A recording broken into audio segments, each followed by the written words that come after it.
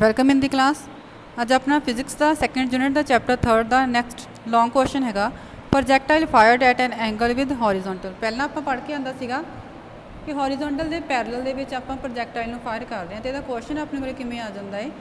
What is the प्रोजैक्टाइल, पहला प्रोजैक्टाइल तुसीं define करना है, फिर नैक्सट उन्हें क्वेश्चन जिन्ना कुछ पुट किया होगा कि किहड़ा रिलेशन आपको चाहिए, तुसीं उहदे रिस्पैक्टिवली ही क्वेश्चन का आंसर करोगे। हम ये फस्ट अपने को show that the path followed by it is parabolic, कि जिहड़ा ने पाथ फॉलो किया वो किहड़ा आ रहा पैराबोलिक। फिर आप एक्सप्रैशन ड्राइव करना वो मैक्सीमम हाइट के लिए, मैक्सीमम हॉरीजोंटल रेंज के लिए जी प्रोजैक्टाइल ने अटेन की हुई है जदों उन्होंने आप किसी एंगल नाल थीटा के नाल फायर करते हैं। तो सब तो पहले प्रोजैक्टाइल की डेफिनेशन, फिर कोई भी ऑबजैक्ट जो आप उपर नूं स्पेस या हवा के वाल थ्रो कर रहे हैं तो सिर्फ ग्रैविटी के इफैक्ट के अंडर ही मूव करता है, वो अपने को की होंगे प्रोजैक्टाइल। तो जो पाथ इस तरह के प्रोजैक्टाइल ने है फॉलो करना वो की होंगे अपने को प्रोजैक्टरी, वो जो रास्ता लैके अगे तक पहुँच रहा है। हम ये आप सपोज करते हैं कि कोई भी प्रोजैक्टाइल आपको दिता होया तो वो वेलोसिटी अपने को इनिशियली कितनी आ यू, तो कोई ना कोई एंगल थीटा बना रहा हॉरीजोंटल के नाल। एक्स एक्सिस अलॉन्ग हमेशा ही अपने को हॉरीजोंटल एक्सिस होंगे, वाई एक्सिस अलॉन्ग हमेशा ही वर्टिकल कंपोनेंट होंगे। तो हॉरीजोंटली जो आपको ओ दे नाल कोई ना कोई एंगल थीटा बना के मूव करवा रहे हैं, थ्रो कर रहे हैं, तो कितनी वेलोसिटी से मूव करता है यू के नाल। तो हम वेलोसिटी ऑफ प्रोजैक्शन जी यू की वैल्यू आ वो की है दो पार्ट्स के आपको रिजोल्व कर लेंगे। आप सैकेंड टॉपिक पढ़ के आंदा सीगा इस चैप्टर के रेजोल्यूशन ऑफ वैक्टर्स। तो वो आप कहा सीगा कि आप एक वैक्टर नूं दो कंपोनेंट्स के तोड़ के लिख सकते हैं। तो उवें ही अपने को क्या प्लेन के दिता हुआ तो सिर्फ दो कंपोनेंट्स ही आउणगे अपने को। हम एक्स एक्सिस के अलॉन्ग देखो कि जोड़े एक्सिस के नाल थीटा बनता उधर हमेशा ही अपने को कॉस थीटा आता है, तो जोड़ा एक्सिस वो परपेंडिकुलर आता वो हमेशा ही अपने को साइन थीटा आता। तो हम ये देखो अपने को जे आप लिखते हैं कि इत्थे अपने को कोई भी एंगल थीटा बन रहा, तो आप जे इत्थे कोई वैल्यू आर यू वेलोसिटी दी वी कुछ भी चीज़ अपन दी हो सकती, सपोज हम अपने को इत्थे आर दी हुई है ਜਾਂ यू कह सकते हो, बी कह सकते हो, जी भी वैल्यू नोन होगी अपन। हम जे आप क्वेश्चन के अकॉर्डिंग चलिए कि अपने को क्वांटिटी यू दी हुई है, आप यू ਨੂੰ रिजोल्व करना चाहते हैं, तो इस एक्सिस के अलॉन्ग अपने को आऊगा यू कॉस थीटा, तो इधर अपने को आऊगा यू साइन थीटा। तो जे यही अपने को थीटा की वैल्यू आ वाई एक्सिस के नाल बन रहा हो, तो इधर भी अपने को यू, तो इधर अपने को फिर आऊगा यू कॉस थीटा, तो ये परपेंडिकुलर किहड़ा है यू साइन थीटा। मेनली अपने को सारी वैल्यू कि उपर डिपेंड करती है थीटा, कि थीटा कि एक्सिस के नाल बन रहा है। हम अपने को क्वेश्चन के एक्स एक्सिस के नाल थीटा बन रहा सी, तो इधर वेलोसिटी को आप रिजोल्व किया तो कितनी वैल्यू आ जाऊगी यू कॉस थीटा, तो वाई एक्सिस के अलॉन्ग अपने को आ जाए यू साइन थीटा। तो हम अपने को जोड़ा ए पॉइंट आ ये क्या कि धरती तो उपर कितना ज़्यादा उचाई तक वो रह रहा सीगा, तो ये हो जाएगी मैक्सीमम हाइट अटेंड, इनू आप लिखते हैं एच के नाल। तो उन्हें ओ तो आप प्रोजैक्टाइल में फायर करना शुरू किया सी, तो जाके वो क्यू के उपर वापस अर्थ के सरफेस में टच कर रहा है। तो आ सारी वैल्यू जी अपने को की होगी मैक्सीमम रेंज के कितना वो दूर तक जा सकता है। तो किसी भी पॉइंट पी के एट एनी टाइम टी के उपर आप देख सकते हैं कि पॉइंट पी के उपर लाई कर रहा है, तो वर्टिकली वो कितनी डिस्टेंस उन्हें कवर की उन्होंने आप इक्वल लैके चलांगे वाई के, तो एक्स एक्सिस के अलॉन्ग कितनी डिस्टेंस कवर कर रहा वो एक्स। तो इस करके आप सपोज करते हैं कि एट एनी टाइम टी कि जो प्रोजैक्टाइल आ तो वो कितने रीच कर रहा पॉइंट पी के उपर, ताकि जी डिस्टेंस कवर की हुई है एक्स तो वाई एक्सिस के अलॉन्ग वो वैल्यूज़ अपने को कितनियाँ हो जाएगियाँ एक्स एंड वाई। तो सब तो पहले आप मोशन देखना हॉरीजोंटल के अलॉन्ग, कि जे अपने को उत्थे फ्रिक्शन की वैल्यू में आप निगलैक्ट कर रहे हैं, तो हॉरीजोंटल कंपोनेंट होगा जो वेलोसिटी का वो अपने को कितना आ जाऊगा यू कॉन्स थीटा, तो ये वैल्यू की होगी अपने को कॉन्सटेंट, कि वो कोई भी चेंज नहीं आऊगा। हम इस लिए अपने को हॉरीजोंटल के अलॉन्ग इनिशियल वेलोसिटी की वैल्यू कितनी आऊगी यू कॉस थीटा। हम वेलोसिटी कॉन्सटेंट रह रही सी, तो एक्सेलरेशन की वैल्यू कितनी आ जाऊगी जीरो। क्यों जीरो हो जाऊ, क्योंकि D V upon D T कि इक्वल होंगे एक्सेलरेशन के, वेलोसिटी के कोई चेंज नहीं आ रहा, मतलब ये कि इक्वल हो गया जीरो, तो एक्सेलरेशन की वैल्यू भी कि इक्वल आ गई जीरो के। हम फिर आप पोजीशन फाइंड करनी है प्रोजैक्टाइल की, तो हम वो अपने को इक्वेशन ऑफ मोशन की सी S is equal to U T plus half A T square.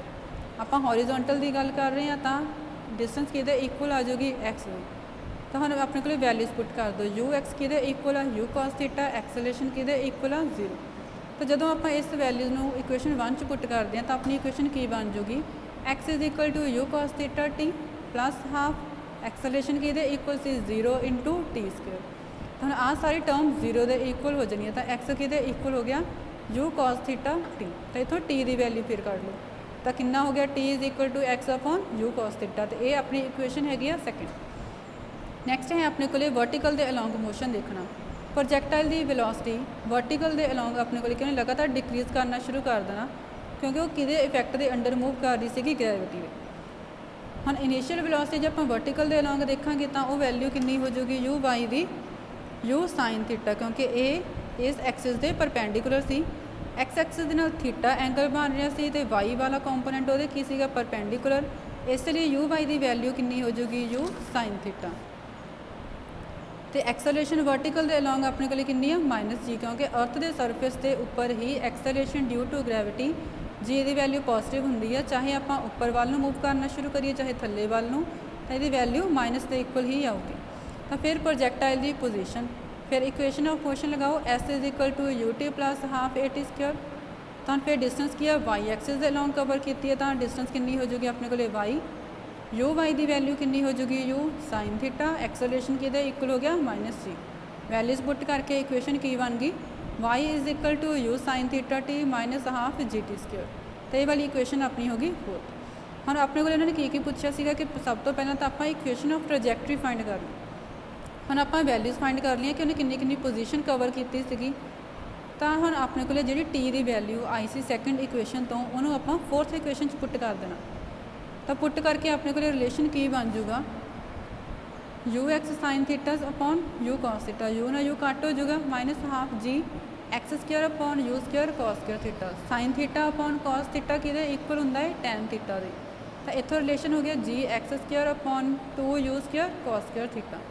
फिर अपने को इक्वेशन की है पैराबोला दी। तो इस जो आप हॉरिजोंटल के नाल कोई भी एंगल थीटा बना के प्रोजैक्टाइल फायर करते हैं तो पैराबोलिक पाथ के अलॉन्ग मूव करूगा।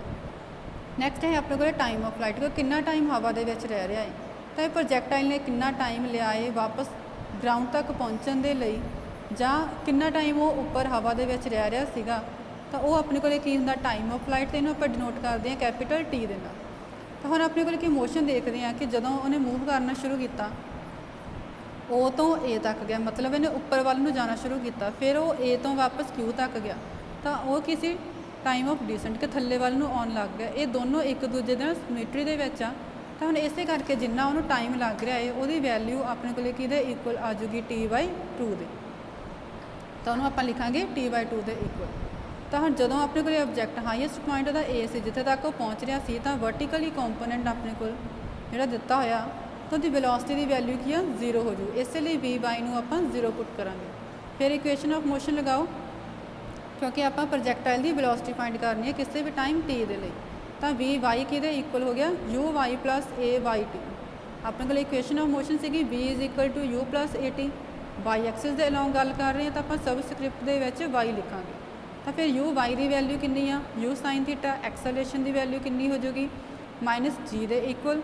टाइम आप कि इक्वल लैके चलांगे टी बाई 2 क्योंकि यह सेम सिमेट्री के सी जिन्ना टाइम उपर गया उन्ने टाइम के थले आ रहे दोनों एक दूजे के इक्वल होंगे। तो वी वाई की वैल्यू सी 0। तो ना सारिया वैल्यूज आप 6th इक्वेशन पुट की तो इक्वेशन कितनी बन गई 0 is equal to U sine theta plus acceleration की वैल्यू माइनस जी टाइम कि इक्वल आ टी बाई 2। रीअरेंज करो तो इक्वेशन होगी T is equal to 2 you sine theta upon G. Next है मैक्सीमम हाइट अटेंड कि किन्नी वध तो वध हाइट कवर करता हॉरिजोंटल तो उपर जी अपने को ग्राउंड दी हुई सी वो तो कितना ज़्यादा उचाई पर हो जाता है।